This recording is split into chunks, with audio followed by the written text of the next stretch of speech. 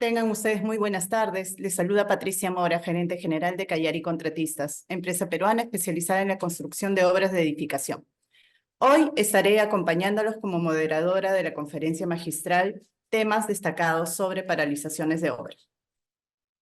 Hoy nos acompaña como expositor el doctor Carlos Tapia, especialista en Derecho de la Construcción, Dispute Boards y Junta de Resolución de Disputas. Y en el panel, Alejandro Cabrera, presidente del Comité General de Obras Privadas, y Guido Valdivia, director ejecutivo de Capeco. Desarrollaremos esta actividad en dos partes. En la primera tendremos la exposición del especialista y una intervención de cada panelista por 15 minutos. Finalmente, en la segunda, estaremos desarrollando el conversatorio y absolviendo consultas de los participantes. Para ello, los invito a escribirnos en la opción Preguntas de la plataforma y a los conectados de Facebook a través del chat. Sin más preámbulo, tengo el agrado de presentar a Carlos Tapia Benavente. Él es abogado por la Universidad Peruana de Ciencias Aplicadas, con más de 13 años de experiencia, especialista en Derecho de la Construcción, Dispute Boards y Juntas de Resolución de Disputas.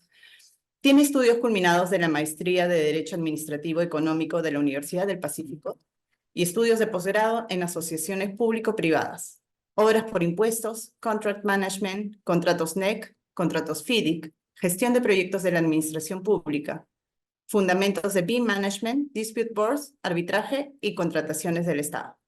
Carlos, es un gusto tenerte con nosotros el día de hoy. Adelante con tu exposición. Gracias, Patricia, el gusto es mío y gracias por la gentil presentación. Voy a proceder a compartir mi pantalla con una presentación que, en principio, la idea de conversar estos temas relacionados a temas destacados sobre paralizaciones en obra es, en esta primera parte, yo poder comentarles algunos temas que parece ser que son recurrentes en los proyectos de construcción y poner los temas sobre la mesa para que después con el panel podamos conversar y ver de qué consideraciones se repiten en la experiencia de los que estamos en el sector, qué cosas hemos podido, qué ejemplos tenemos de lo que voy a comentarles y a partir de eso ir construyendo la presentación entre todos. Uno de los temas, bueno, los 5 temas que yo voy a poner sobre la mesa son, primero, una introducción relacionada a cómo la teoría de juegos se puede aplicar a la gestión de los proyectos de construcción.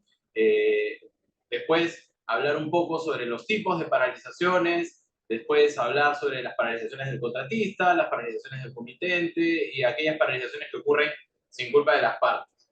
Pero empecemos por el punto número 1, que es un punto bastante interesante. La teoría de juegos se utilizó inclusive para analizar el impacto de la Guerra Fría en Estados Unidos. Fue desarrollado, también ha sido desarrollado y utilizado para temas de política, ha sido desarrollado para temas de comercio internacional, y uno de los pilares de la teoría de juegos es el dilema del prisionero, ¿no? Cuando tienen capturado a 2 prisioneros y les dicen que uno puede vender al otro, ¿no? Puede confesar lo que han hecho, el delito, y eso llevaría a que uno vaya preso y el que confiese se salve. Entonces, ahí está el dilema, ¿no? Hablar o no hablar, decir o no decir, confesar o no confesar, puede llevarte a salvarte y al otro que vaya preso, o que los dos se salven si ninguno de los dos dice nada.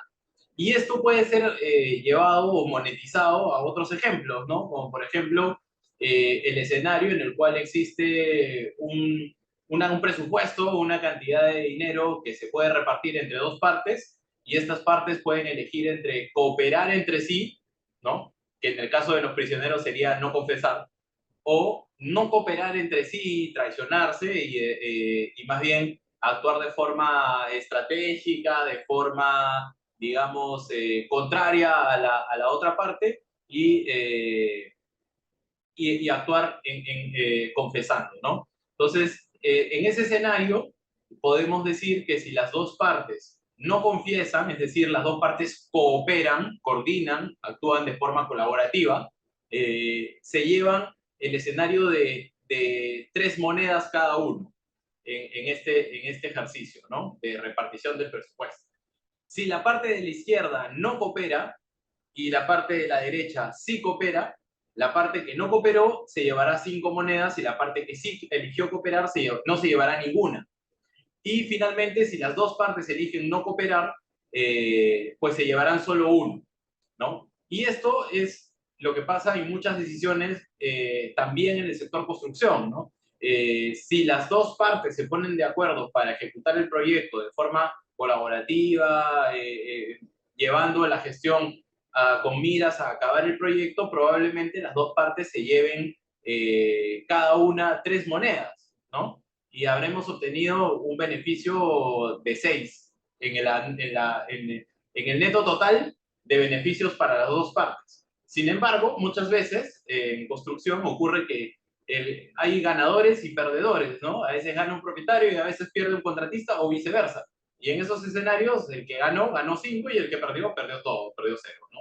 Y también existen situaciones en las que las dos partes eligen no cooperar y empiezan a haber disputas, empiezan a haber controversias, empiezan a haber eventos que perjudican la finalización de la obra y finalmente llevan a que las partes se lleven el mínimo, ¿no? 1-1.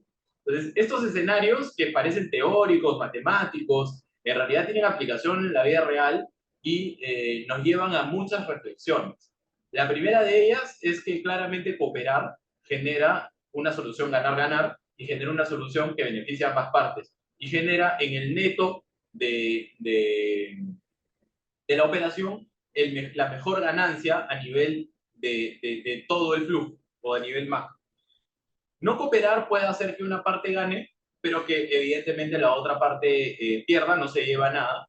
Pero esto no es un ejercicio de una sola vez, ¿no? Los contratistas y los propietarios tienen múltiples proyectos, no solamente tienen uno, y lo que no ganaron o lo que dejaron o lo que perdieron en este proyecto podrían apuntarlo para ganarlo en el siguiente, ¿no? Y podríamos estar en una situación de revanchas constantes, de conflictos constantes, y eso podría eventualmente llevar también a una suma neta negativa, ¿no? Una suma neta con menor rendimiento que la colaboración.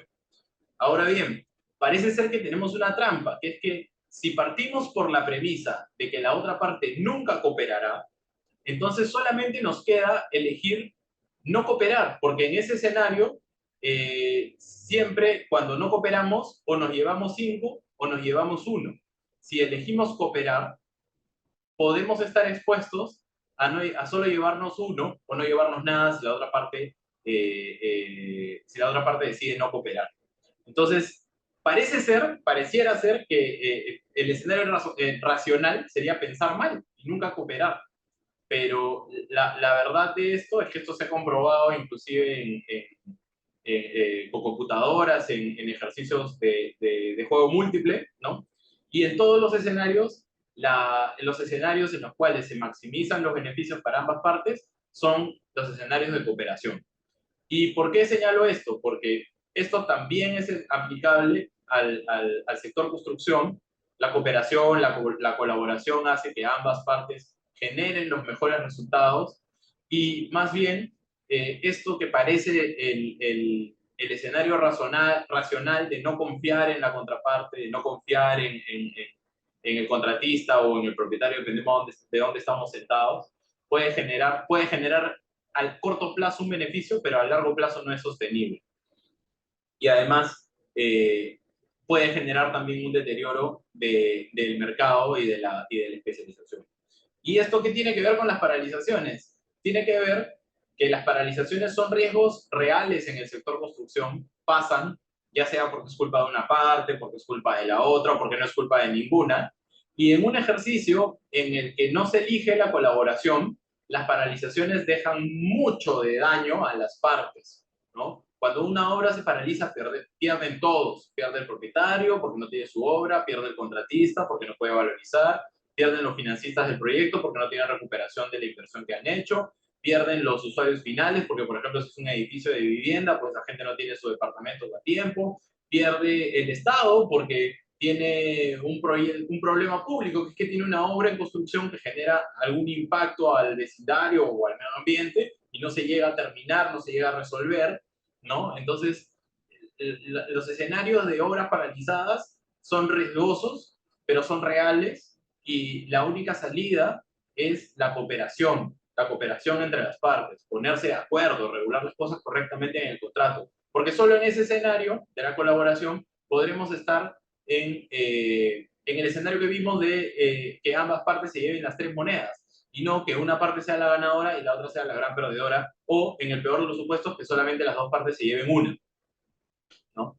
Entonces, este ejercicio de análisis de la cooperación no es algo menor, es una pregunta que nos tenemos que hacer, es fundamental para llegar al resultado esperado de un proyecto de construcción, y es claramente aplicable a estos escenarios de paralización.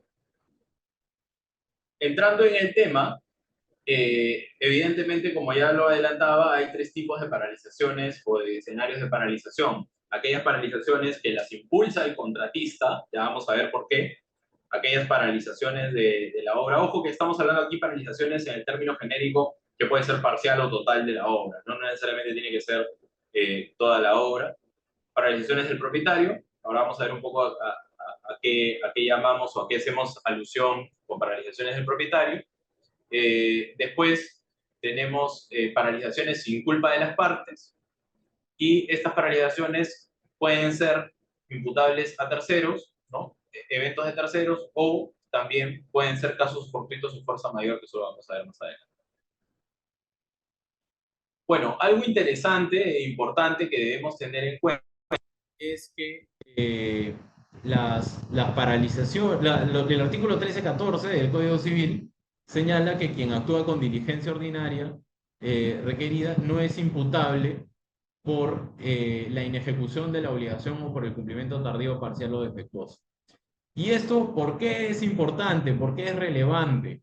Porque el quid del asunto sobre las paralizaciones finalmente recae en el deber de diligencia de las partes, de actuar de forma correcta, de forma diligente, ya sea como un contratista experto o como un propietario diligente, para evitar después ser responsable por las consecuencias negativas de esa paralización, ¿no? Las paralizaciones a veces son imposibles de evitar.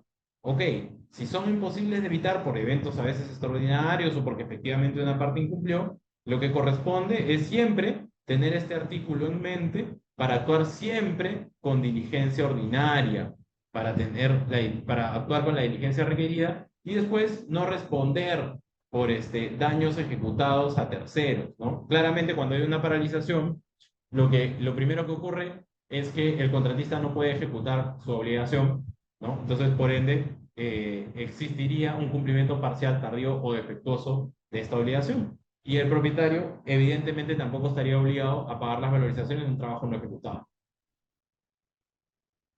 Otro tema a tomar en consideración desde la perspectiva legal es este artículo 1317 del Código Civil, que señala que el deudor no responde por los daños y perjuicios resultantes de la inejecución de su obligación o de su cumplimiento tardío, parcial o defectuoso por causas no imputables, salvo que lo contrario esté previsto expresamente por la ley o por el título de la obligación.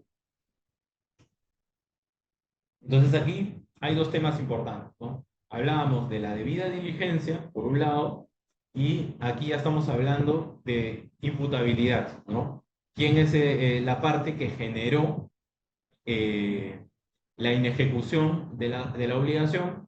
Y en la medida que la inejecución de la obligación no sea responsabilidad del deudor de esta, no responderá por los daños y perjuicios, ¿no? Que se puede, y el segundo tema importante es que esto puede tener un pacto en contra, y es por eso que es importante revisar en los contratos de obra, en los contratos de construcción, también en los contratos de diseño, cómo es que está asignada la responsabilidad sobre ciertas obligaciones, específicamente sobre las de desarrollo de la ingeniería o la ejecución del proyecto en sí, para evitar paralizaciones, para evitar inejecuciones de obligaciones que terminen en indemnizaciones o en responsabilidades, en daños y perjuicios por el régimen de responsabilidad civil.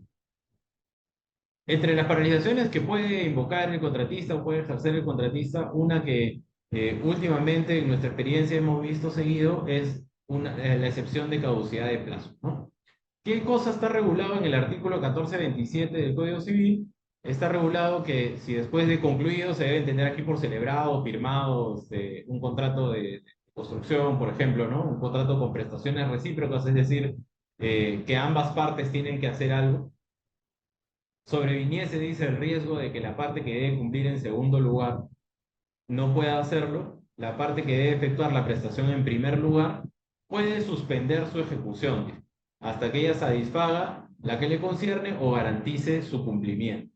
Entonces, en cristiano, ¿qué cosa quiere decir acá? Y para llevarlo al mundo de la construcción, si tenemos un contrato de obra, que es un contrato con prestaciones recíprocas, ¿no? El contratista construye, el propietario paga las valorizaciones, prestaciones recíprocas, si existe el riesgo de que la parte que debe cumplir en segundo lugar no pueda hacerlo, es decir, en este caso, el propietario pagar las valorizaciones del contratista, lo que puede hacer el contratista es suspender la ejecución de su prestación, que en este escenario sería la construcción, la ejecución de la obra, ¿no? Hasta que el comitente o el propietario pague o satisfaga la prestación que no ha hecho o garantice su cumplimiento.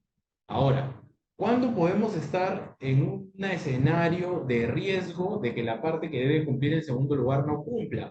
Cuando, por ejemplo, vemos que el comitente tiene problemas financieros, que ha sido embargado por terceros, que tiene problemas con SUNAT, que tiene problemas, si somos un subcontratista, que tiene problemas con el comitente, ¿no? No le paga el comitente, por ende el contratista no tiene cómo pagarle a los subcontratistas o a los proveedores. Si vemos que ya lleva un atraso considerable en varias valorizaciones. Entonces, existen evidencias que pueden llegar a soportar esta tesis del riesgo de que la parte que debe cumplir en segundo lugar no pueda hacerlo, ¿no? Reportes de Infocor también en algún momento se han utilizado o de otra central de riesgo. Inclusive podríamos hablar en el escenario más crítico, el inicio de un procedimiento concursal antidecopio, de quiebra, ¿no? Y lo que ocurre es que el contratista frente a eso suspende la ejecución para evitar, desde esta perspectiva del Código Civil, que la deuda pues crezca, ¿no? Que se arme una bola de nieve y que en un claro abuso de derecho el propietario le exija al contratista, en este escenario que estamos hablando, que termine la obra para recién pagar, ¿no? Y no darle herramientas al contratista para parar, digamos, este incumplimiento o este riesgo de no cumplimiento, ¿no? Ahora, han habido situaciones en las cuales este artículo se ha utilizado de muy mala manera, ¿no? Y se ha utilizado para paralizar la obra, para suspender la ejecución de la obra, eh, sin existir un riesgo de pago, porque también ese es otro tema interesante, ¿no? Debido a que la redacción del artículo es relativamente abierta, ¿no? Puede darse ciertas interpretaciones en las cuales la prestación segunda del propietario no sea solo el pago, sino sea otras cosas como aprobación de ingeniería o disponibilidad de terreno, pero finalmente en la práctica que tenemos los abogados especialistas en derecho de la construcción, muchas veces esos otros argumentos diferentes al pago se han caído porque no son exactamente recíprocos con la ejecución de la obra y porque finalmente en realidad entran por la categoría de cargas o deberes y no necesariamente como parte de una obligación contractual, como la otra cara de la moneda de la obligación contractual de ejecución de la obra. Entonces, ese tema, que también puede ser un poco controvertido, puede estirarse un poco el chicle para interpretarse de una forma u otra, tiene ese riesgo, ¿no? Pero, y lo interesante es que muchos contratistas han utilizado este artículo para paralizar la obra sin necesidad de tener un riesgo de pago del lado del propietario. Entonces, ojo a esto, puede ser utilizado de mala manera y puede llevar a otros problemas de incumplimiento contractual sin tener el paraguas o la protección de esta regulación. Otro escenario en el cual el contratista puede, digamos, paralizar parte de la obra o la obra total es cuando estamos frente a ciertas restricciones, obstáculos, interferencias, ¿no? ¿Cuándo puede pasar esto? Cuando, por ejemplo, hay una consulta sobre la ingeniería en un proyecto de contratista tradicional, en que el contratista solo ejecuta la obra, y al no tener esta definición de ingeniería, pues no se puede continuar construyendo, ¿no? Un RFI, digamos, respondido o no respondido oportunamente. Esto pasa seguido y eventualmente puede generar una restricción material real en el proyecto para ejecutar la obra. Lo otro es no tener disponibilidad de terreno, ¿no? No tener frentes de trabajo disponibles para continuar ejecutando, y eso claramente nos lleva a una paralización. O en otros escenarios han habido obstáculos mayores, ¿no? Como por ejemplo el vencimiento de permisos, autorizaciones o licencias que no están de cargo del contratista y que son necesarios, son autorizaciones necesarias para la ejecución de estos trabajos. En todos estos escenarios, claramente hay una posibilidad de paralizar parcial o totalmente un proyecto. Y un tema aquí es que esto no se debe confundir con una imposibilidad de ejecutar la obra, ¿no? De una imposibilidad ni jurídica o física desde el punto de vista legal, porque en la práctica no es que sea imposible ejecutarla, sí se podrá hacer, pero en la medida que se supere la restricción, el obstáculo o la interferencia. Y un artículo que podemos tener en consideración frente a estos escenarios es este artículo del Código Civil referido a obligaciones de hacer y a condiciones para el cumplimiento de las obligaciones de hacer. Y señala el artículo que el obligado a la ejecución de un hecho debe cumplir con la prestación en el plazo o modo pactados. Clarísimo, ¿no? El contratista debe ejecutar una obra en el plazo que pactó y de la forma en la que fue pactada. Sin embargo, dice, no, en su defecto, en los exigidos por la naturaleza de la obligación o las circunstancias del caso. Y aquí nos abre un acuerdo interesante, el artículo 1148 del Código Civil, porque nos permite extender la forma de ejecutar una obligación de hacer atendiendo a la naturaleza de la obligación o a las circunstancias del caso, circunstancias que pueden variar, ¿no? Y que no son escritas en piedra, sobre todo en un proyecto de construcción. Y esto es interesante porque en la medida que se presenten estas restricciones, obstáculos, interferencias, podría modificar finalmente el plazo de ejecución de la obligación. Y este artículo puede ser utilizado válidamente para una extensión de plazo frente a la inminente necesidad de paralizar un frente de trabajo o toda la obra.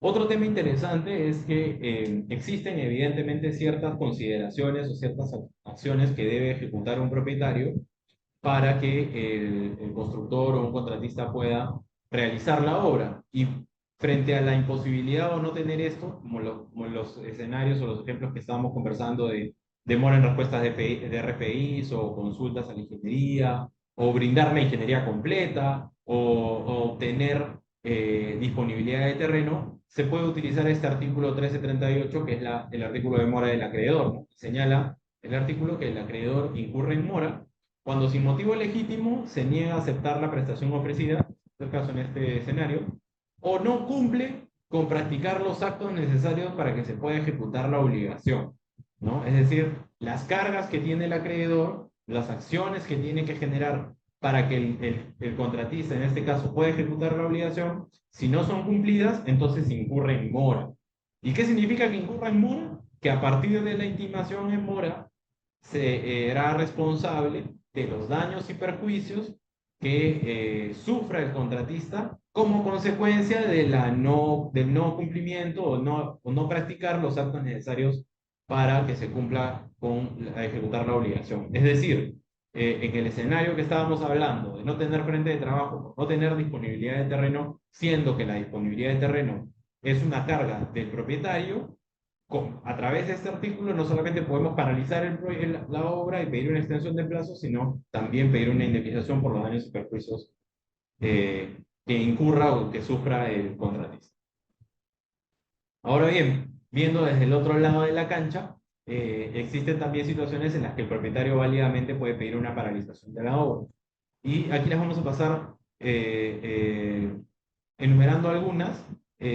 La principal, y creo que es la que pasa más seguido, muchas veces es por temas de seguridad y salud en el trabajo, por temas de seguridad industrial también relacionadas a esta. Cuando los contratistas no cumplen con el estándar de seguridad y salud en el trabajo que la obra debe tener, ya sea por las normas técnicas o por un tema de política del comitente, o por un tema de cumplimiento normativo, o por un tema que amerita la especialización del trabajo que se está ejecutando, por un tema de reglas del arte. Claramente los propietarios, y esto es típico, se reservan derechos de suspender ese trabajo hasta que se subsanen las infracciones de seguridad y salud en el trabajo o las infracciones en seguridad industrial. Ahora, también esto normalmente está regulado en el contrato como una posibilidad de paralización, y muchas veces es delegado a la supervisión, a la fiscalización o el ejercicio de verificación de la obra que hace la supervisión. El mismo escenario puede pasar con no conformidades o divergencias de obra, ¿no? Muchas veces existen trabajos que no están bien hechos, que no pasaron correctamente las pruebas o que no pasaron las fichas técnicas, ¿no? Y esto nos genera claramente no conformidades o divergencias en obra, suspensiones de ese trabajo hasta que el trabajo sea corregido y el trabajo se haga de forma correcta. Nuevamente, esto es típico en la regulación contractual, en los contratos de construcción, y son facultades que también se pueden derivar hacia los supervisores. Otra de los ejemplos clásicos de suspensión de trabajos o paralización de partes de la obra es cuando en partes de la obra hay introducción de variaciones sin autorización, es decir, adicionales, ¿no? Inclusive el artículo 1775 del Código Civil señala claramente que hay una prohibición de introducir adicionales o variaciones en la obra sin autorización del comitente. Por ende, ante la prohibición, normalmente en los contratos de construcción se reserva la facultad del propietario de suspender la ejecución de esas variaciones, inclusive hasta pedir la rectificación, la demolición, si no le es útil, ¿no? Otro tema de la caja de experiencias es afectaciones a vecinos. Y esto está relacionado muchas veces con no accidentes ni temas imprevistos, sino con ejecuciones de obra que no siguen los procedimientos, ni las reglas del arte, ni el expediente técnico, y generan afectaciones a vecinos. Eso también está en el halo de temas de seguridad y salud en el trabajo muchas veces, pero válidamente se puede parar una parte de la obra o parar la obra hasta que esta afectación a vecinos cese o esta afectación a vecinos se trate, ¿no? Este tipo de cosas, nuevamente, son reguladas en el contrato y se recomienda que sean, son estándares de industria, son costumbres de industria, y son situaciones que realmente pasan, sobre todo en proyectos que son urbanos. Finalmente, no quería dejar de comentar que en el Código Civil existe un artículo que es el 18.6, que habla de la facultad de separación del comitente, que no es propiamente una paralización, sino más bien está en el mundo de la terminación del contrato, pero es una facultad que tienen los comitentes para separarse. Ese es el adjetivo, es el verbo que utiliza el Código Civil, separarse del contrato, e indemnizar o pagarle al comitente la parte que ha ejecutado hasta el momento. Esta separación puede ser de una parte del contrato o de todo. Y claro, si es de una parte del contrato, esa parte del contrato claramente va a pasar por un ejercicio de paralización primero, suspensión de trabajos, y después terminar en la separación y la indemnización, de la separación del comitente y la indemnización correspondiente al contratista. Otro de los escenarios posibles es que la paralización pues no sea imputable a ninguna de las partes, ¿no? Y esto también ha pasado mucho, ¿no?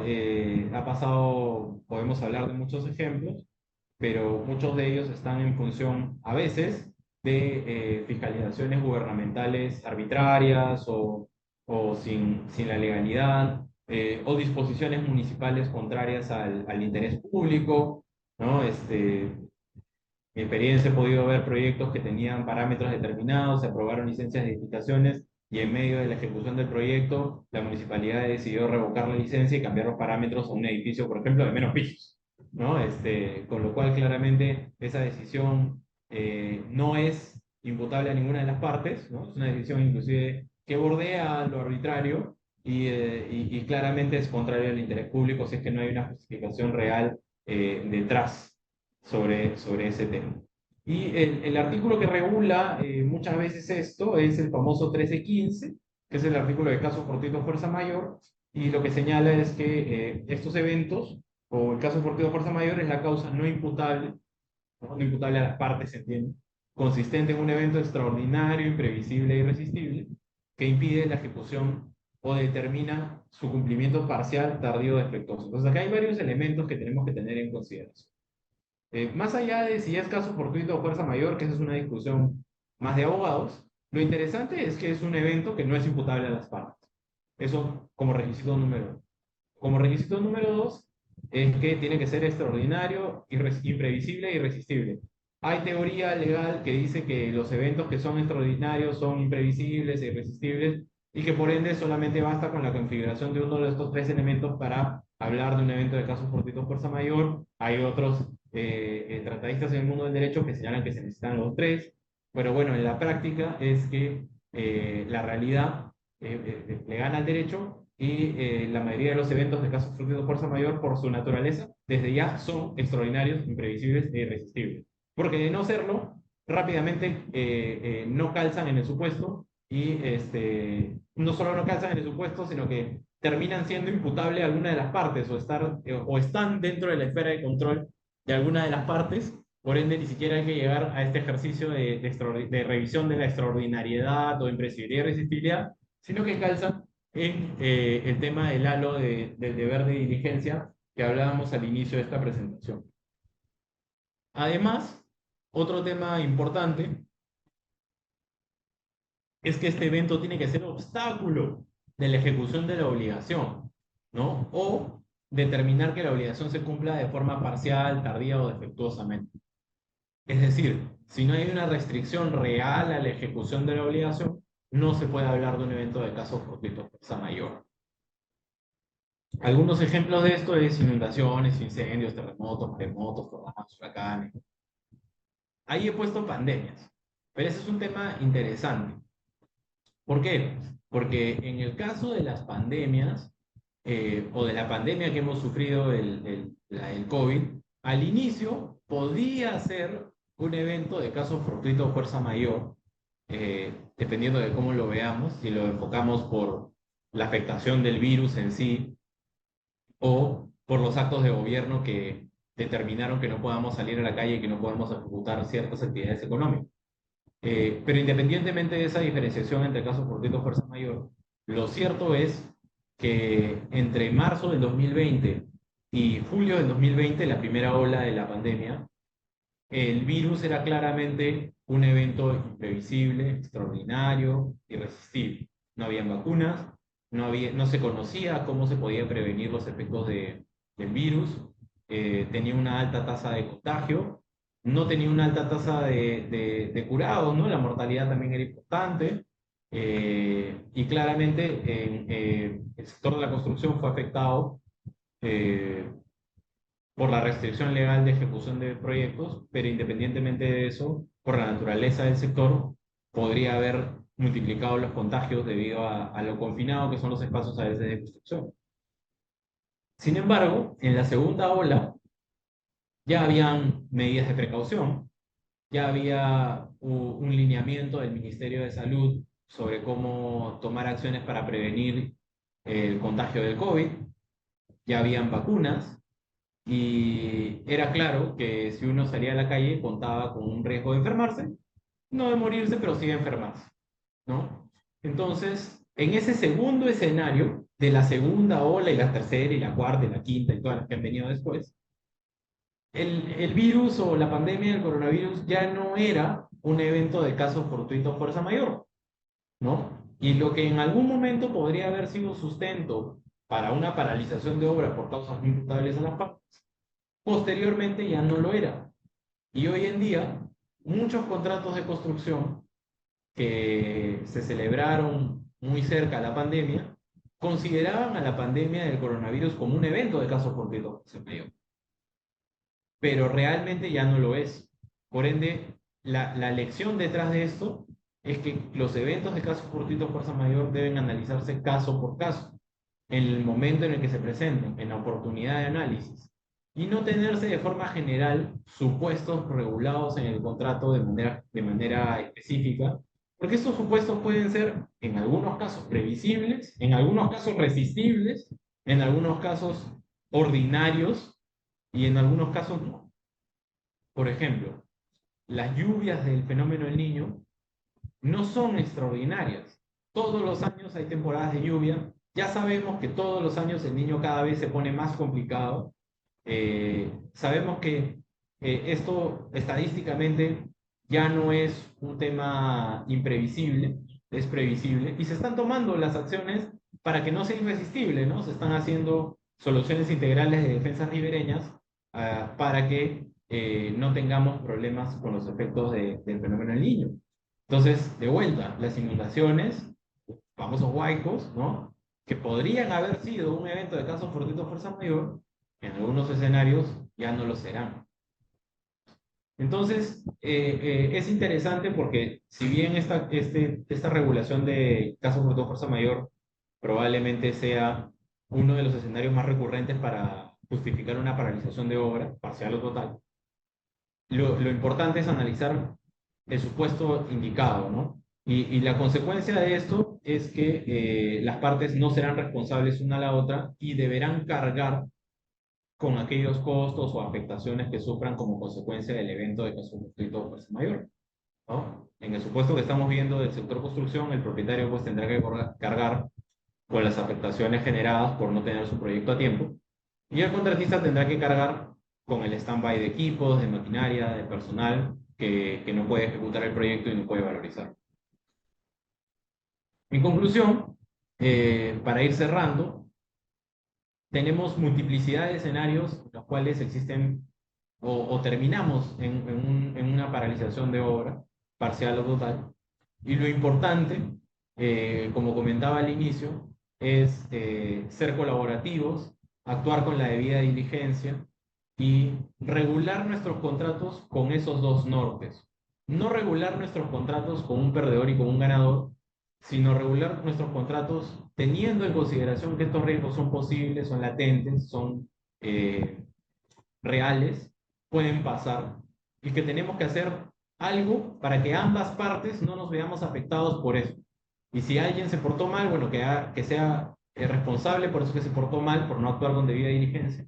Y si alguien o las dos partes se portaron bien, pues compartir de manera equitativa los impactos de lo imprevisible, extraordinario y irresistible.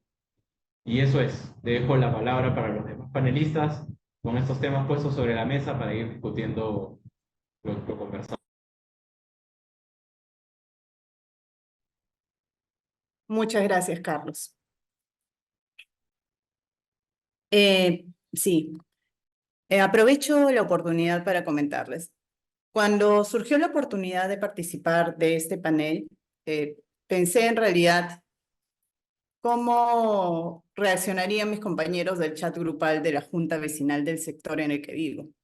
236 personas que a diario comparten mensajes que tienen un fin comunitario. O sea, encuentren al gato, vacunación este fin de semana, clase de marinera, por qué podan los árboles, se perdió el gato de nuevo. Y en el cual yo veo que en los últimos meses han surgido mensajes de disconformidad con muchas de las obras en ejecución por las que se sienten afectados.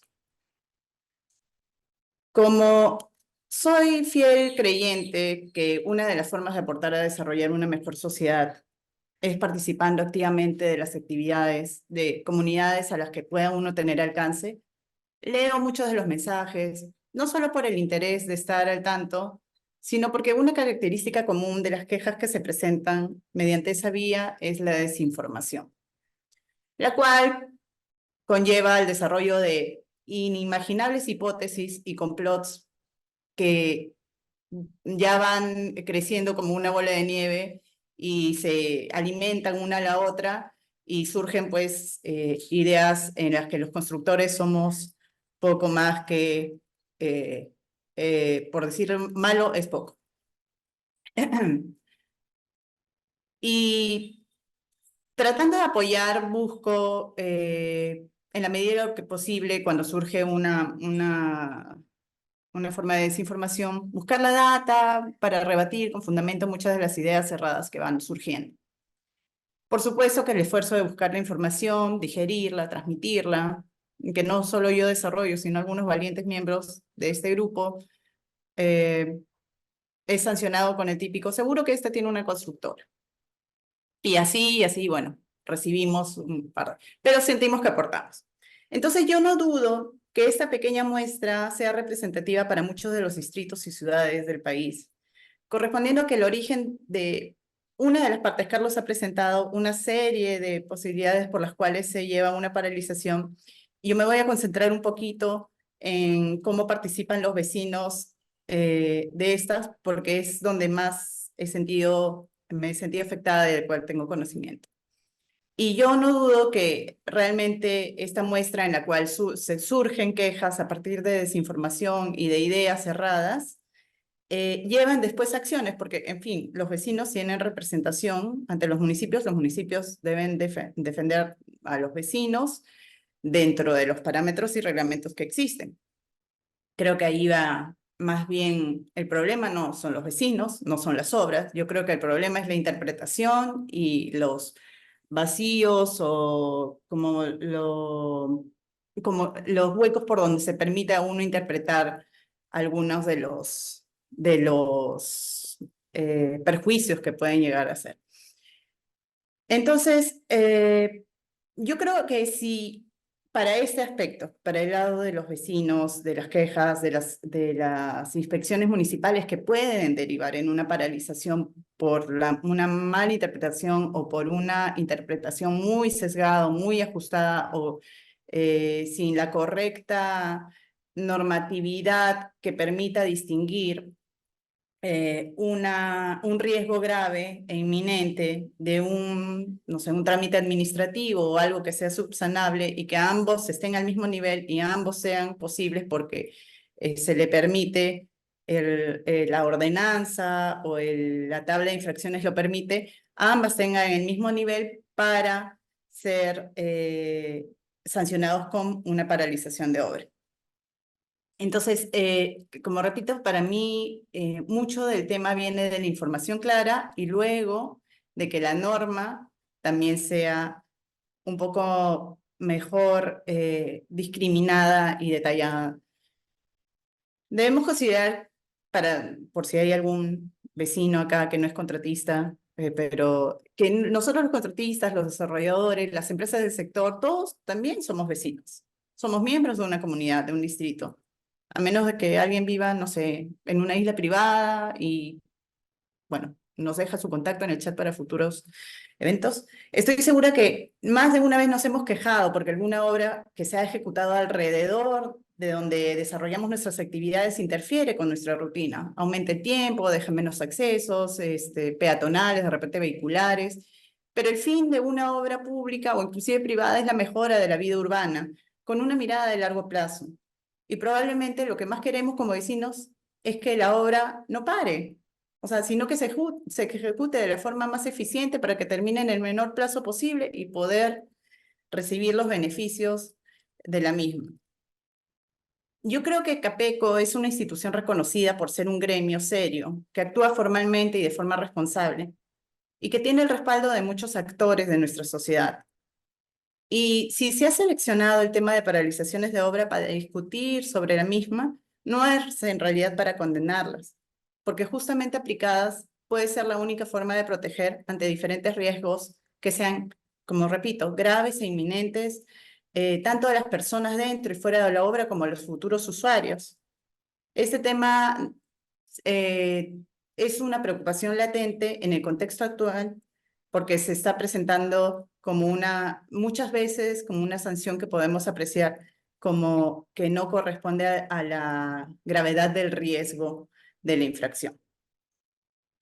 Yo creo que si tocamos el tema es para promover una propuesta de solución a esta problemática, a la problemática que generan las paralizaciones de obra, y que de repente puede surgir como sanción a incumplimientos administrativos que no tienen relación con peligros inminentes en materia de seguridad o que son desproporcionales a la falta. Esto concentrándome en uno de los temas que Carlos ha explicado. Como digo, él nos ha presentado un esquema bastante completo, detallado, como para poner en la mesa que no siempre va a surgir de una de las partes, a veces de una, de la otra, o a veces simplemente ninguna es la responsable.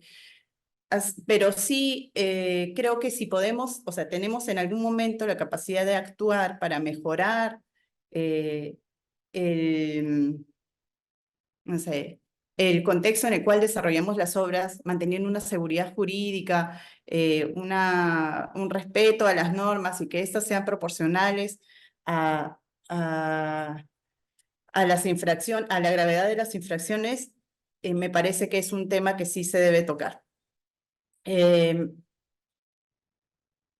Entonces, como les decía, tampoco ni satanizamos las paralizaciones de obra, ni satanizamos la participación comunitaria. Por el contrario, yo, como digo, creo en ella, pero sobre todo creo en el respeto a las normas y el respeto a las leyes, a que se mantengan escenarios visibles, proyectables y que no perjudiquen a ninguno de los actores de los que están siendo afectados, tanto los ejecutores como los usuarios, como los obreros, como los vecinos.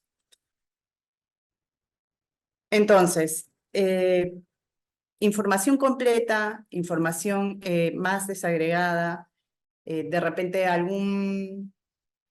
buscando información, recogiendo información, veo que algunas de las entidades sí pueden tener, algunas entidades que desarrollan inspecciones a obras en ejecución, sí tienen más desarrollado una forma de sancionar que sea más discriminatoria con respecto a cuándo corresponde una paralización y cuándo no.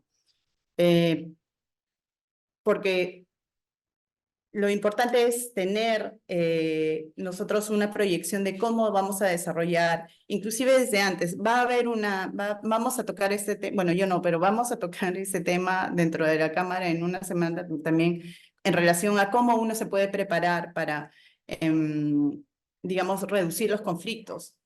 Sin embargo, a pesar de que se puedan reducir los conflictos, ya esto es un tema que puede surgir de otros lados.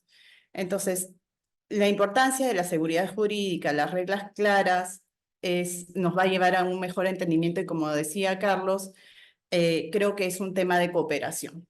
Entonces, yo lo veo también así, me parece que es una forma de verlo bastante adecuada y que no se cataloga como la entidad mala ni al constructor, ni al vecino, ni a la municipalidad. Yo creo que hay un vacío, hay un hueco por donde podemos trabajar para que todos tengamos completas reglas claras y las interpretaciones sean menos, digamos, reducir el ámbito de donde se puede presentar una interpretación con un foco más igual para todos. Creo que como repito, las entidades deben respetar las normas, debe haber una estabilidad jurídica, respetar las leyes y con vecinos informados completamente, me parece que sería una mejor forma de poder evitar en la relación vecino-constructor una de las formas de paralización. Así que creo que ese va a ser de repente a futuro un aporte de la Cámara en la que se puede trabajar para presentar una propuesta, algunas ideas de cómo poder tener las reglas claras para todos los sectores. A continuación, tengo el gusto de presentar al ingeniero Alejandro Cabrera Gil, gerente general adjunto de Consolida del Grupo Ciudaris y también presidente del Comité General de Obra Privada de Capeco. Adelante, Alejandro. Bienvenido. Gracias, Patricia. Buenas noches a todos. por su participación en este webinar con un tema que es muy interesante y creo que de interés común para todos nosotros que estamos involucrados en esta industria de la construcción. Carlos, muchas gracias por tu presentación y por el desarrollo del tema. Como siempre, es un honor que nos acompañes en este tipo de eventos. En representación de la Cámara, creo que nos está dando, tu aporte está siendo muy valioso para todos los asociados. Eh, y a Patricia por el enfoque también que le está dando con un stakeholder que creo que ya todos nosotros lo tenemos muy bien identificado, que es el tema de los vecinos, ¿no? Em, desde el punto de vista del desarrollo del tema, Carlos, que le has dado con relación a las paralizaciones de las obras por tres causantes principalmente, desde el punto de vista del propietario, del contratista y de otras partes que no sean las interesadas, y que dentro de obviamente, otras partes está el tema vecinal, es uno de ellos. Creo que nos ha permitido tener claridad con respecto a que aquellas dentro del mundo privado y público, causales, y de acuerdo a los distintos artículos que regula el Código Civil, bueno, tratar de interpretar y obviamente gestionar, utilizando, acá se emplea una palabra muy importante, la debida diligencia. Eh, dentro del desarrollo de la gestión de un proyecto y una obra. Y que creo que esto es lo que nosotros como empresas deberíamos siempre abordar, ¿no? La diligencia y el proceso debido, según las normas, hemos escuchado las normas, las leyes vigentes, que son de aplicación a las regulaciones y ordenanzas municipales. Por otro lado, enfocando al punto de vista que Patricia nos acaba de dar con respecto a este stakeholder importante, yo creo que para nadie de los que está acá es ajeno el hecho de que nuestros vecinos de nuestras obras con las que ejecutamos han adquirido un papel importante, un protagonista. eh, y que nosotros deberíamos utilizar la máxima y debida diligencia para poder gestionarlos de manera adecuada, ponernos en algún momento también nosotros hemos estado en el otro lado, como lo acaba de mencionar Patricia, hemos sido o somos vecinos y nos ha tocado en algún momento participar de una ejecución de una obra al lado de nuestras casas, tanto sea nuestra o de familiares, amigos, etcétera, y sabemos las distintas molestias que podrían originarse. Sin embargo, los vecinos representan a un municipio y los municipios se deben a los vecinos. Y son ellos las municipalidades, a través de diversas ordenanzas, leyes, normas que regulan, eh, tratan de desarrollar una armonía, o de propiciar una armonía de convivencia entre la obra y el vecino. Y de esta manera se pueda asegurar la inversión privada que existe dentro de este proyecto, la generación de empleo directo e indirecto que esto también representa, eh, el valor de la tierra que ahora se verá incrementado debido a que vas a tener al costado un edificio de X unidades inmobiliarias y que eso va a generarle un mayor valor a la zona. Entonces son diversos factores o variables que intervienen y que deberíamos ver y gestionar y diligenciar para que podamos, digamos, estar en armonía durante el desarrollo de un proyecto. Debo hacer hincapié también, y acá es importante señalar, ya que este tema de paralización de obras, digamos, bastante general de estos dos puntos de vista, eh, que también observamos, y esto creo que no es un misterio y todo el mundo lo conoce, de que hay ciertas acciones de parte de las municipalidades que podrían no gustarnos o no estar de acuerdo, o no estar nosotros de acuerdo como constructores, ya que consideramos que son muy sobredimensionadas, imperiosas hasta cierto punto, o donde las municipalidades, como sabemos, actúan de manera a veces de repente arbitraria o apegándose al vacío legal que pueda existir en una determinada ordenanza, tomar decisiones drásticas de paralizaciones de obra. Cuando no se afecta ninguno de estos principios señalados en el Código Civil y mucho menos está afectando la seguridad y la salud de la vida de un trabajador en materia de seguridad, me refiero, y que se basa básicamente en temas netamente administrativos. Y creo que nos ha tocado, en lo particular me ha tocado muchas veces en tener que ir a la municipalidad para poder levantar ciertas observaciones administrativas, pero que conllevó en una visita a una determinada obra a paralizarla.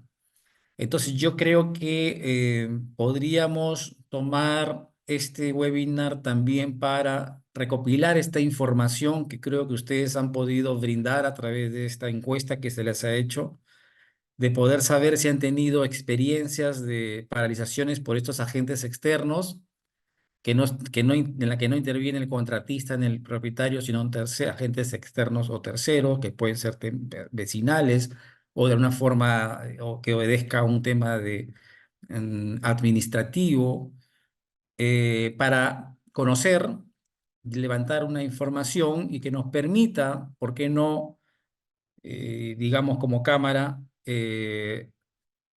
ponernos en un contexto en el cual tengamos que solicitar algún tipo de regulación mediante probablemente un proyecto de ley que evite este tipo de situaciones de paralizaciones de obra y obviamente se habla, y creo que en eso estamos claros, respetando las normas, las leyes y el debido proceso administrativo. Entonces, yo creo que esto es importante señalar y quiero dejar en esta mesa de diálogo con los demás panelistas, en poder pensar en ello, en que, digamos, si estamos siguiendo este camino correcto de poder elevarlo tal vez algún proyecto de ley que nos permita tener una mejor regulación. Sabemos que esto no es complejo, cada municipalidad es autónoma y emite sus propias leyes y ordenanzas, y nos encontramos con diversos municipios en las que quizás difieren de las diligencias y ordenanzas de otros distritos, y eso se nos puede complicar un poco. La semana pasada yo tuve una reunión, les comento, creo que no sé si algunos de ustedes han podido asistir, pero fue una invitación de parte de una municipalidad convocada por el alcalde, para poder tocar ese tema, cómo la empresa constructora debe atender de manera adecuada los reclamos de los vecinos, de poder tener iluminada la calle en las noches, de poder preservar el tema de seguridad en las calles, de poder regular el comportamiento, no el comportamiento o el accionar de los obreros cuando están fuera de la obra y evitar molestias a los vecinos. En fin, fue una buena iniciativa de parte de esta municipalidad, pero la idea es que no quede ahí y se pueda regular también en el resto de municipios y pueda considerarse como una norma, ¿no? Entonces yo creo que podríamos nosotros plantear esto y pongo en la mesa en este panel para poder debatir y llegar a tocar diversos puntos de vista, ¿no? Nos acompaña también en este debate, en esta mesa, Guido Valdivia, a quien invito para que nos dé su opinión al respecto y algún alcance que de repente podamos tomarlo en consideración. Gracias, Alejandro. Gracias, Carlos y Patricia, por sus presentaciones. Bueno, en realidad este es un tema crítico para el trabajo de la construcción. La construcción es un tailor-made, ¿no? Es decir, se hace en el lugar, en el momento, y siempre es distinto, aunque usemos los mismos planos, el mismo arquitecto, el mismo constructor.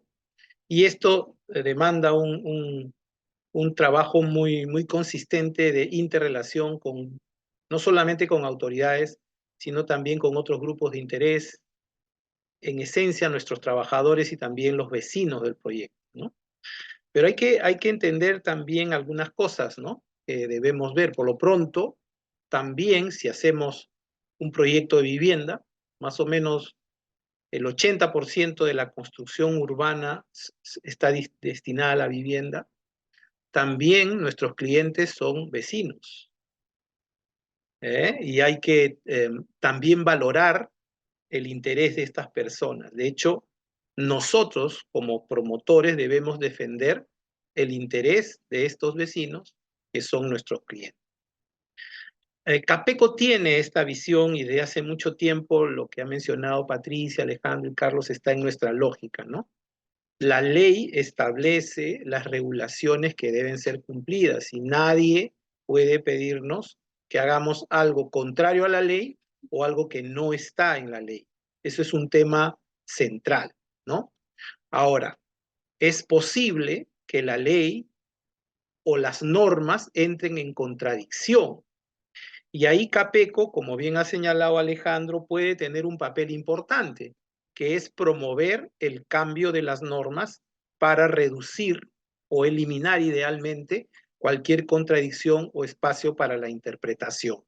Capeco tiene esa función de intermediación ante el Congreso, ante el Poder Ejecutivo y ante las municipalidades. No necesita pedirle permiso a nadie para ejercer esa función de representación de intereses, ¿no? Y eso hay que verlo bien siempre, naturalmente, que estos intereses específicos se articulen con la ley y con el interés general, que es lo que hacemos siempre y pretendemos que creemos y sabemos que nuestros asociados cumplen en esa función, en esa, digamos, de una manera consistente con este propósito, ¿no? El otro problema es cuando la ley está clara, pero la autoridad no quiere cumplirlas. En cuyo caso hay que diferenciar dos situaciones. Cuando la norma es de carácter general, es decir, cuando se plantea una ley notoriamente que constituye una barrera o que es irracional, Capeco puede procesar, ¿no es cierto? Iniciar un proceso ante el INDECOPI o ante una otra entidad jurisdiccional. Lo que no puede hacer es defender específicamente a uno, ¿no? A una entidad que ha sido, una empresa que ha sido castigada por, por un tema específico, puntual, es decir, una resolución que afecta solamente a una empresa. Eso no es el propósito de CAPEC, pero sí lo puede ser el difundir ante la opinión pública y ante las autoridades los problemas como ejemplos, ¿no? De que esto puede estar ocurriendo, ¿no? Caso muy concreto es cuando hay amenazas de pseudo sindicatos a determinadas empresas, ¿no? Cosa que nosotros podemos hablar con el Ministerio del Interior para que se le brinde protección. Ahí hay un caso claro, ¿no? En el que puede ocurrir. En los otros casos se puede hacer de conocimiento de las entidades correspondientes para que pues tomen de alguna manera decisiones al respecto. Eso es lo segundo que puede hacer Capeco por sus asociados y en general por cualquier empresa que nos pida pues algún soporte, ¿no? El tercer nivel de trabajo ya es el nivel con los grupos de interés específicos, en particular los trabajadores y la población en general, ¿no?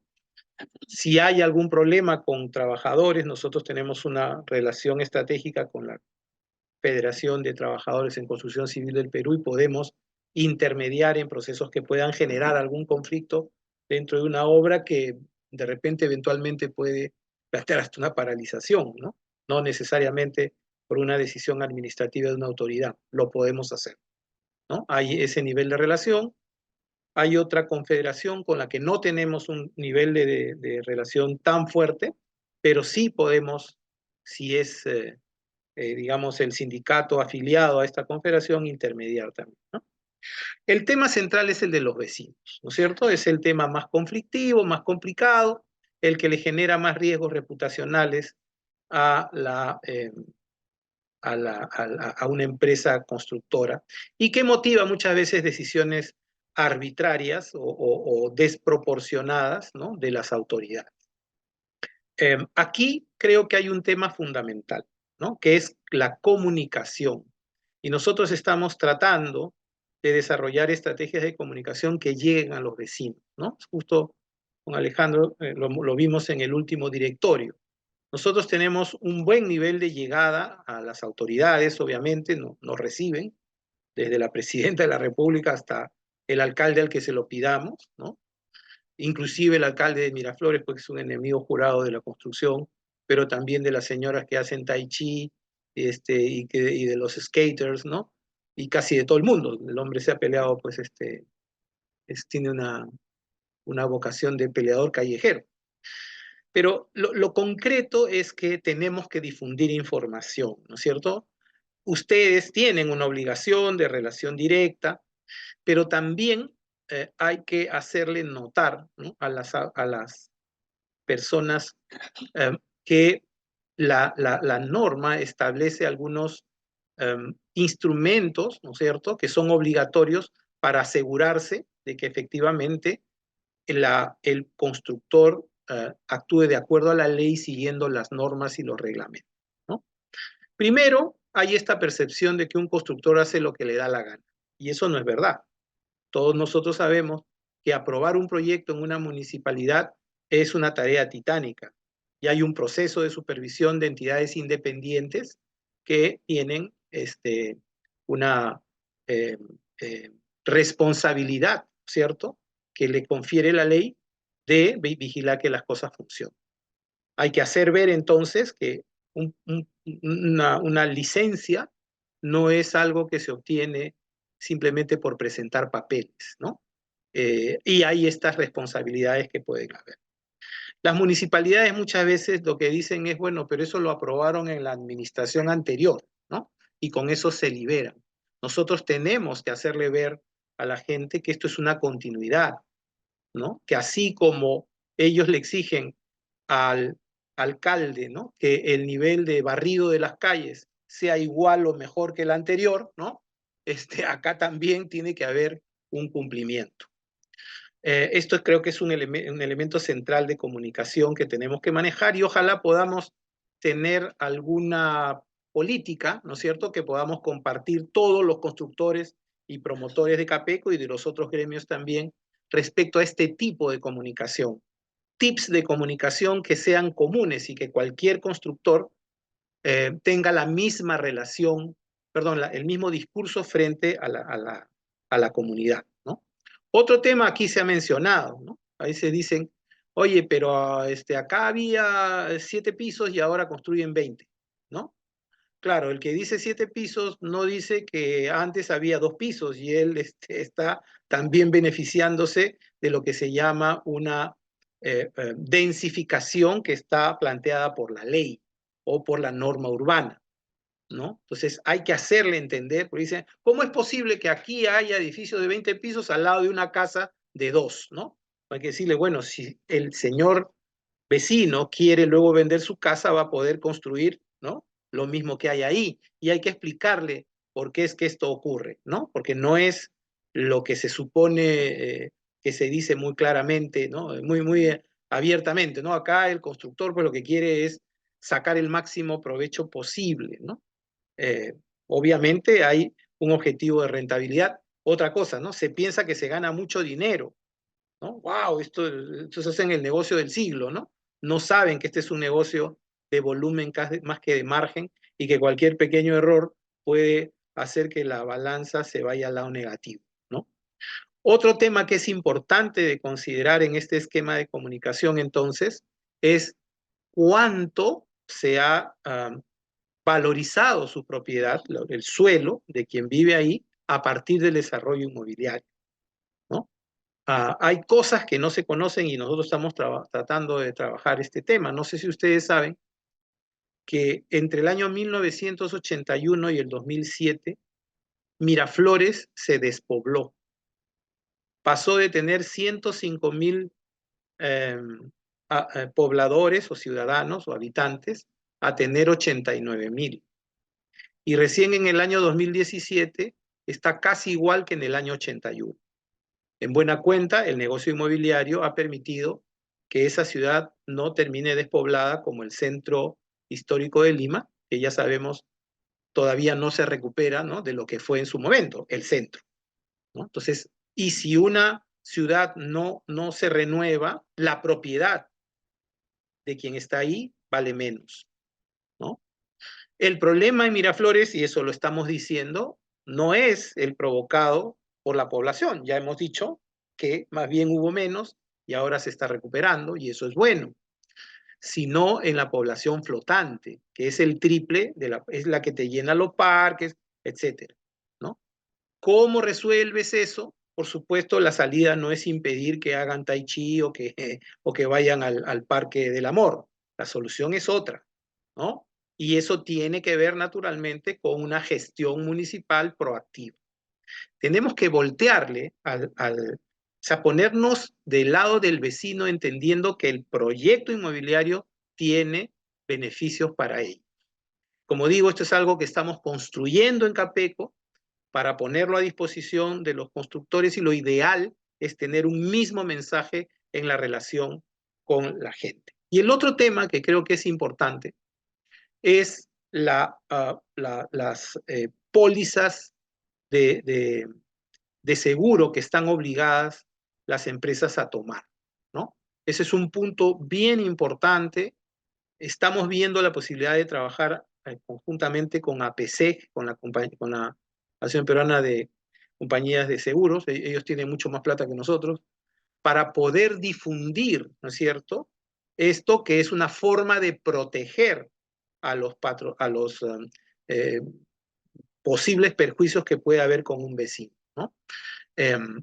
Por supuesto, también habrá que ver, y eso es una tarea que ustedes pueden ayudarnos a desarrollar, es ver si estos seguros, los alcances son suficientes, si hay que adaptarlos a la nueva realidad, etcétera, etcétera, ¿no? Otro tema importante que está teniendo el sector construcción es el compromiso, digamos, con el medio ambiente, ¿no? Cada vez más los proyectos son certificados, EDGE, ¿no?, LEED, Mi Vivienda Verde, y eso tiene que ser cuantificado y valorado por la gente, ¿no? Curiosamente, por ejemplo, el alcalde de Miraflores tampoco quiere esos proyectos, lo cual es ya casi una locura, ¿no?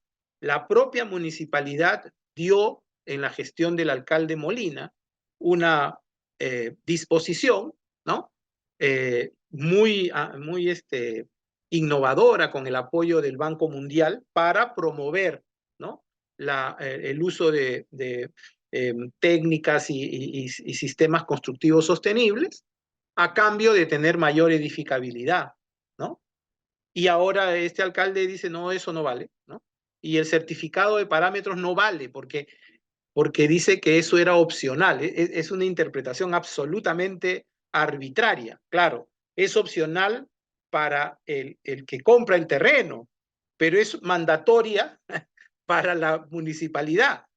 Entonces, ahí hay una, bueno, realmente eso ya es un despropósito, ¿no? Pero ese tipo de beneficios son los que tenemos que ir trasladándole a la gente, darle la seguridad de que frente a una eventual accidente hay cómo protegerse. Eso la gente no sabe, y creo que hemos sido muy poco proactivos al momento de promoverlo.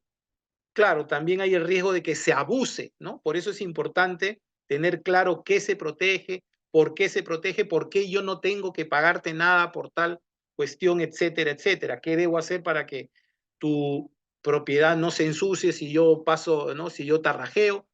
Todas esas medidas tienen que ser reconocidas por la gente y nosotros todos debemos tener ahí un mismo mensaje.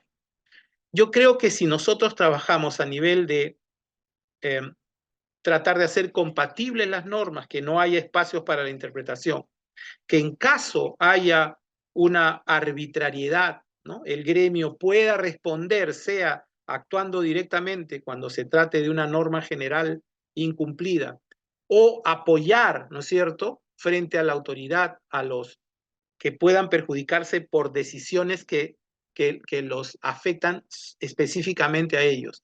Y sea que podamos desarrollar este esquema de comunicación y relación con nuestros grupos de interés, vamos a reducir el riesgo de la paralización, y cuando exista esta arbitrariedad vamos a tener mejores instrumentos como empresarios y como gremio y como industria, y finalmente como ciudadanos, porque los empresarios no hemos dejado de ser ciudadanos ni vecinos, lo somos, ¿no? Vamos a tener, creo, un mejor control. Hay mucho de lo que ha dicho hoy día Carlos, Alejandro y Patricia, que está a nuestro favor, porque si actuamos bien, hay un marco legal que nos debería proteger. Pero como pasa mucho en nuestro país, las leyes no siempre es suficiente tenerlas, ¿no? Sino hay que hacer ver que estas existen y que no están, digamos, dirigidas a beneficiar solamente, ¿no?, al negocio inmobiliario, sino que tratan de generar un marco equilibrado en el que los derechos de los diferentes grupos de interés están debidamente protegidos. Eso era lo que quería mencionarles como un resumen, y un poco también darles idea de por dónde estamos nosotros actuando en esto que es una preocupación general. La paralización de obras privadas y públicas es un tema crítico para el sector, porque no hay peor inversión que aquella que se paraliza. Muchas gracias, amigos. Muchas gracias, Guido. Por favor, no te desconectes. Vamos a iniciar, habiendo participado los tres panelistas, el expositor, vamos a iniciar con el conversatorio. Para ello también invito a Carlos y Alejandro, que ya tienen sus cámaras encendidas. Vamos a contestar algunas de las principales consultas del público. A ver, doy lectura.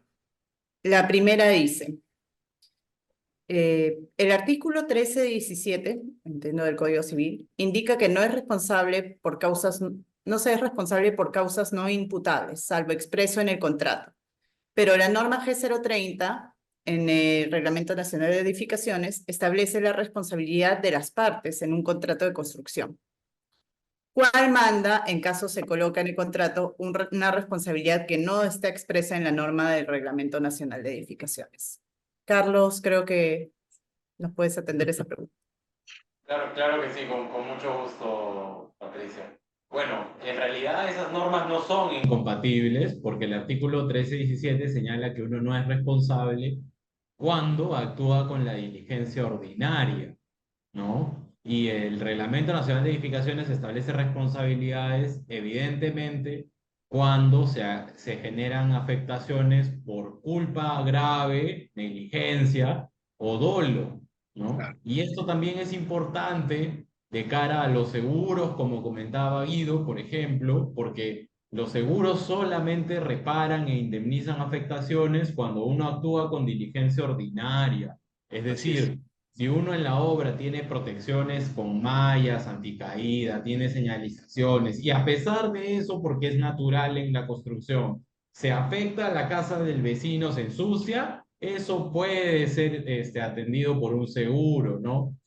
Por ejemplo, ¿no? El supuesto contrario, para poner algo más terrenal, es que si tú compras un seguro vehicular y estrellamos el carro contra una pared profesamente, el seguro no nos va a pagar el auto, ¿no? ¿Por qué? Porque si no incurriría en un supuesto denominado en el mundo de los seguros como riesgo moral, el riesgo a hacer las cosas sin diligencia, sin importar qué va a pasar, porque tengo el seguro que me va a cubrir. Entonces, no son incompatibles. La norma del Reglamento Nacional de Edificaciones es la regulación que completa la frase de la responsabilidad y refuerza el supuesto del artículo 1317 de actuar correctamente, si queremos hablarlo en sencillo. Gracias. Entiéndose como un complemento en general, no es una incompatibilidad. Mira, que teníamos una segunda pregunta similar que se tiende con lo mismo. Pensaban que el Código Civil no es compatible con el artículo, pero sí, ya prevalece pues lo que como has indicado. Sí, en esa segunda pregunta, en realidad no son incompatibles tampoco el Código Civil con el reglamento de la ley de contrataciones. Si estamos en una obra de contratación pública, primero se aplica la norma de contrataciones y supletoriamente se aplica el Código Civil. La ley de Claro. contrataciones no tiene toda la regulación sobre temas de responsabilidad civil y se aplica el Código Civil. Este artículo de la debida diligencia también es aplicable para la contratación pública, no es solamente de la contratación privada. De Y acuerdo. creo que la siguiente pregunta también tiene algo parecido, así que va por la misma respuesta. Sí, ¿no? Sí, sí, en realidad ya la atendiste, así que vamos a pasar a una siguiente. Bueno, nos agradecen, estamos aquí. En materia de seguridad y salud en el trabajo, bueno, ¿cuáles son las faltas más comunes para la paralización de una obra? Mira, yo creo que todos, justamente eso es lo que estamos tratando de recabar en la data. No sé si lo comenté y voy a empezar por mí para responder parcialmente esta pregunta. Como parte de la labor que estamos ejecutando en el gremio, les comenté que si queremos llevar a la acción necesitamos datos. Y para recoger la data hemos elaborado un cuestionario que les expondré posteriormente antes del fin, en el cual justamente tratamos de averiguar cuáles son las infracciones más comunes que han derivado en una sanción de paralización de obra para revisar solo en este aspecto, porque pueden ser, no simplemente se trata de temas de seguridad y no nos enfocamos solo en ese tema, cuáles son las razones de una paralización. No sé si más bien, Alejandro, tú como participante te interesa también comentar sobre algunas faltas que sean comunes, pero me parece que igual lo vamos a recoger en los datos y probablemente publiquemos esa información. Sí, correcto. Pues, con la información que recopilemos, podríamos saber por qué causal específica en materia de seguridad han paralizado alguna de las obras. Aprovecho el tema de la seguridad para comentarles que nosotros como Cámara hemos formado hace una semana atrás nuestro Comité de Seguridad y Salud en Obras de Construcción CAPECO, que tiene precisamente como propósito fomentar una cultura de prevención de riesgos en la construcción y proteger la vida y salud de los trabajadores. Y un objetivo de esta comisión, y aprovecho para comentarles a todos los que están presentes, es promover interacciones entre los asociados y sus contratantes, así como entre asociados y CAPECO, y desarrollar opciones concretas orientadas a fomentar el conocimiento y conciencia en la seguridad y salud en el trabajo para el sector construcción. Próximamente, para que estos objetivos se lleven a cabo, hay acciones concretas como difusiones en redes y canales de CAPECO, capacitaciones a través de webinars y talleres, conversatorios con paneles de especialistas. Esto nos va a permitir a nosotros también como Cámara, y eso es parte de un objetivo, desarrollar un manual de buenas prácticas o guías para implementación y sostenibilidad de sistemas de gestión de seguridad en el rubro de la construcción. No queremos crear más leyes, más normas, lo que queremos es desarrollar un manual propio de buenas prácticas que nos sirvan a nosotros como consultores guía y sirva también en lo posible mitigar este riesgo de paralizaciones que tenemos en las obras, ¿ya? Ese es un poco el comentario que a colación a esta pregunta quería realizarles. Gracias, Alejandro. Entonces, nos quedan un par de preguntas más, una de las cuales es un caso puntual, parece. Si un propietario de un departamento ya está viviendo un par de días y se presentan problemas en el departamento, en el edificio general, ¿qué medidas se puede tomar ante esta situación? Creo que es un poco lateral al tema, pero no sé si, Carlos, te aprovechamos como abogado. Sí, pero la respuesta es sencilla, reclamarle al que te vendió el departamento. No sabemos si aquí ha sido un departamento nuevo o ya usado. En todo caso, en los dos supuestos existe en el Código Civil algo que se llama obligación de saneamiento contra la venta, ¿ya? Y las cosas que no se pueden detectar a la vista cuando uno compra algo, se pueden reclamar después. Es lo que en obra se llama al final de una obra vicios ocultos. Eso existe también en el Código Civil, pero se denomina saneamiento por compra, ¿no? Es lo que se puede hacer, a ver tu contrato de compra-venta, si había alguna garantía por equipo, si había, si lo compraste como una persona natural y si lo compraste una empresa, inclusive tienes posibilidad de hacer algún reclamo como consumidor, porque de hecho ahora la Ley de Protección al Consumidor y el Código de Consumidor también incluye la actividad inmobiliaria, con lo cual ahí también tienes otra herramienta, pero la verdad es que el caso puede tener muchas aristas ahí. Correcto. Gracias. Y a ver, un último caso. Ay, perdón. No último, penúltimo. Hemos tenido casos en que nos indica un participante. Hemos tenido casos en que no hemos contratado a la empresa que diseñó los muros anclados para la licencia y con ellos, con un diseño diferente ante ellos, hemos tenido que ingresar un nuevo expediente a la municipalidad. Sin embargo, la norma G030 establece que es el contratista el responsable del diseño y ejecución, porque es un método constructivo.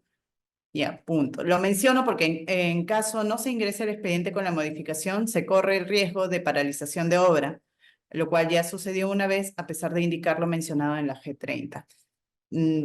Ahí sí, bueno, parece un tema de incompatibilidad o de ambigüedad en la norma, podría ser, pero otra vez aprovecho tu participación. Sí, ahí creo que el caso es que tenemos una licencia pedida en un inicio y lo que estás construyendo es diferente. Entonces, sí, pues si la licencia y lo que estás construyendo no corresponde, la fiscalización mensual que te hace cualquier municipalidad te puede paralizar la obra, ¿no? La razón de ser de la licencia de edificación es que lo que estás construyendo sea conforme a los parámetros, ¿no? A la planificación urbanística. Entonces, lo que está pasando ahí es que lo que tienes que hacer es pedir una modificación de licencia para poder tener ese match y no estar expuesto al riesgo de paralización. Entiendo que por ahí van, ¿no?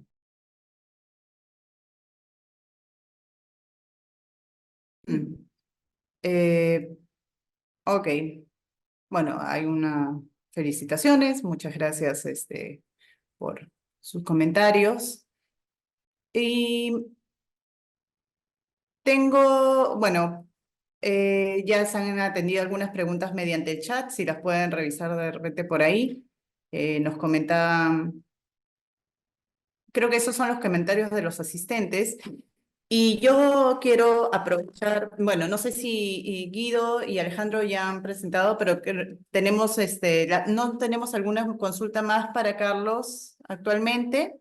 Si ya no tenemos por ahí, yo quisiera dar fin entonces a la ronda de preguntas y agradecerles a los tres porque estamos llegando al final del evento y quiero agradecer la participación de Carlos Tapia, de nuestros panelistas Alejandro y Guido, y de igual manera a todo el público asistente. Sin embargo, antes de cerrar, quisiera rescatar un punto que les comenté, que es el recojo de data, de información, para poder trabajar en el fin de obtener una legislación, un proyecto de ley o algo que nos ayude a regular de una forma más discreta las paralizaciones de obra que se están dando en los últimos contextos. Voy a compartirles unas imágenes con respecto al cuestionario del que les estoy comentando. A ver, listo. Ok, entonces Capeco se va a encargar de enviarles un link por el cual ustedes nos pueden ayudar a recoger información. ¿Y qué información vamos a recoger? Se las voy a presentar en este momento. Esta es la imagen de la encuesta que se les va a enviar. La primera pantalla es una presentación que podrán leer y comenzamos con las preguntas. En los últimos 5 años, ¿alguna entidad fiscalizadora sancionó a su empresa o afiliadas con la paralización de una obra en ejecución? Pueden responder sí, no, pregunta cerrada. En los últimos 5 años, ¿en cuántas ocasiones se ha recibido como sanción la orden de paralización de obra en ejecución? Indicar abierto un número. En la siguiente pregunta, ya vamos un poquito más al detalle. Y en este caso le he llenado con un ejemplo X, no de un caso real, para poder obtener más datos. A partir de esta pregunta de la 3, tomamos estos datos. Un minutito, por favor. Se me fue. Ya está.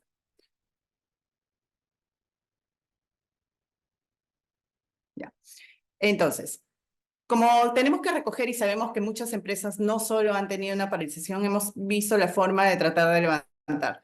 En esta respondemos 5 preguntas acerca de cada paralización. ¿Qué entidad la sancionó? ¿Dónde está ubicada? ¿Cuántos días se paralizó? ¿Cuál fue la infracción? Que esa es una de las preguntas que está relacionada a la consulta que generó uno de los asistentes. ¿Cuál es la infracción que motivó la sanción? Por ejemplo, queja de vecino por fisura en una propiedad. Y 5, si el levantamiento de la sanción estuvo supeditado al pago de multa. En letras pequeñas hay unas indicaciones cómo proceder para llenar estos datos.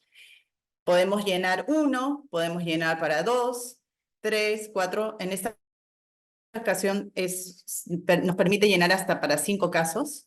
Y porque, como no entiendo, hay empresas que tendrán 0, otras que 1, otras que 5, otras que 8, pero creo que 5 es suficiente y si nos quieren enviar más información, felices de recibirla en otro llenado de encuesta o mediante correo.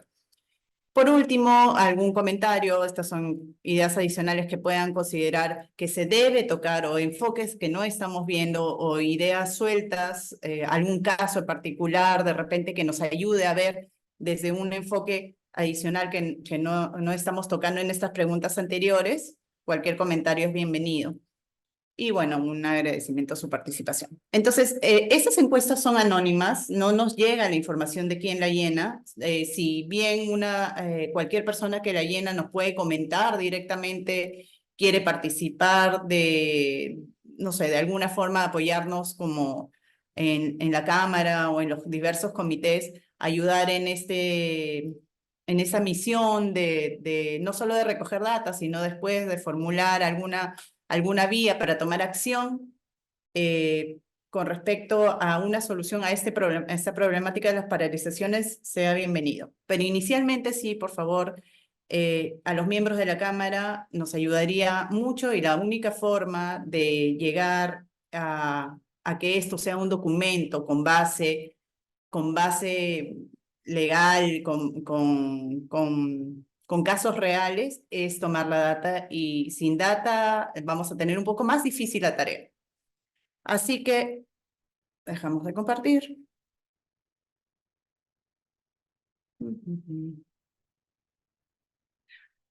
La máquina se pelea conmigo. Ya. Listo.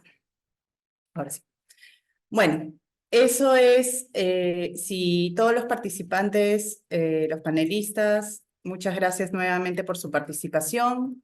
Muchas gracias a la Cámara de nuevo por habernos prestado esta forma de difundir la problemática actual. Muchas gracias, Carlos, Guido y Alejandro. Será hasta una siguiente oportunidad. Muchas gracias. Muchas Gracias gracias. a todos. Buenas noches a Buenas todos. noches. Gracias. Buenas noches.